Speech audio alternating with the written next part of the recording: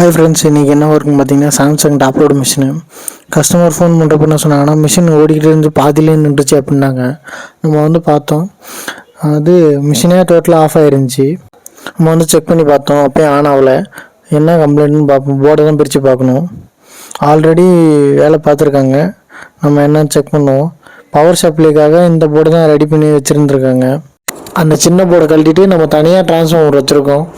Line எடுத்து இப்போ தனியாக டிரான்ஸ்ஃபார்மர் வச்சுருக்கோம். இந்த மாதிரி தான் வைக்கணும். அவங்க எதுக்கு அந்த போர்டை ரெடி பண்ணாங்கன்னு தெரியல. நம்ம மிஷினை போர்டை மாட்டிட்டு மிஷினை ஆன் பண்ணி பார்த்தா பக்காவாக ஓடுது. மிஷின் பக்காவாக ரெடி ஆகிடுச்சு. இப்போது வாஷு ஸ்பின்னு ரெண்டுமே ஓட ஆரம்பிச்சிருச்சு. இந்த சின்ன போர்டு காட்டினால அதான் ஷார்ட் ஆகி ஆன் பண்ண முடியாமல் இருந்திருக்கு மிஷினு. இப்போ இன்லெட் வால்வு நல்லா தண்ணியில் இருக்குது, மிஷின் பக்காவாக ஓடுது. உங்களுக்கு ஏதாவது சர்வீஸ் தேவைப்பட்டால் கீழே தெரிய நம்பருக்கு கால் பண்ணுங்கள். வீடியோ பிடிச்சிருந்தா லைக் பண்ணிங்க. விவிஆர் சர்வீஸ் சேனலை சப்ஸ்கிரைப் பண்ணி வச்சுங்க ஃப்ரெண்ட்ஸ்.